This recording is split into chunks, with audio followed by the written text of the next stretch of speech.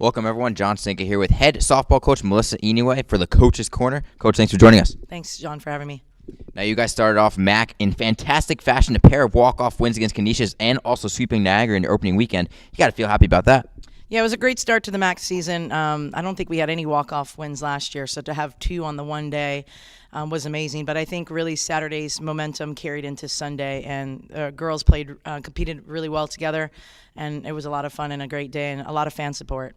Speaking to you before the game on Saturday, you said you took pride that you were the only MAC game playing on Saturday after the rain. Can you talk a little bit about that? Yeah, that was a credit to Chris Brill from facilities and obviously my coaching staff. And we even had Sarah Schutz, an alumni from last year, and Lauren Filardi, our manager, help out. So we do take a lot of pride in that because we definitely wanted to play. And I think our mentality of wanting to play no matter how the weather was going to be, I think helped us prevail that day as well. Now let's talk about the second walk-off win on Sunday when Kristen Herner hit the line drive double in the left center, and you're on the third base line spinning those runners around.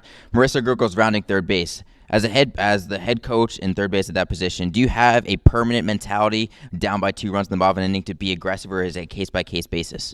Well, in that situation, there's one out. So already in my mind, I said, all right, if Turner hits a double, I'm going to send her, especially watching the relay come in, and the shortstop took a while to kind of transfer the ball. And to be honest, if you look at the replay, Marissa didn't break stride at all.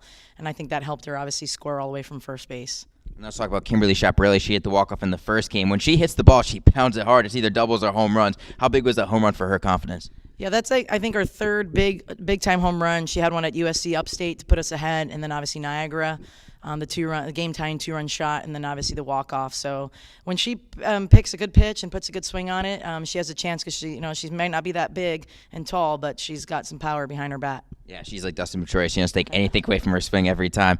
Now let's talk about in the circle. Freshman Marnie Skinner was absolutely dynamic. Over 19 innings pitched in less than 48 hours. A great way to start off her MAC career. Yeah, Marnie does a great job of being efficient and keeps the defense engaged, gives us a lot of ground balls and things like that. So I think that helps her obviously stay long in the game. And if anything, it's been nice to have her, her competitiveness on the mound.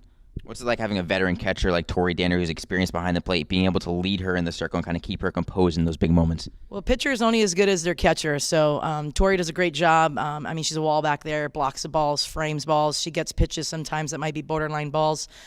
Tremendous job and controls the game. She has that calming personality for the pitcher in the circle. And, she has caught a ton of innings here, and especially this year, and she's only getting better with every game and every inning that she plays. Now, an unsung hero for the Gaels over the first MAC weekend was sophomore Marissa Gurgle, batted over 450 and kind of was in all the big moments, scored a lot of tying runs, but was under the radar. Talk about her performance. Yeah, Marissa in the 2-hole obviously provides us a lefty bat. She's able to slap, she's able to bunt, she's able to be a contact hitter and hit for some power as well.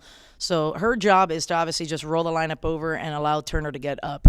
And then Ashlyn and Marissa have been great table setters to allow the 3, 4, 5 hitters to come to the plate with people on base. Now, here's a fun fact for you guys. You guys are 6-2 this year thus far in one-run games. All of last season, you guys were 2-6. Is there any specific reason you can accommodate for that change?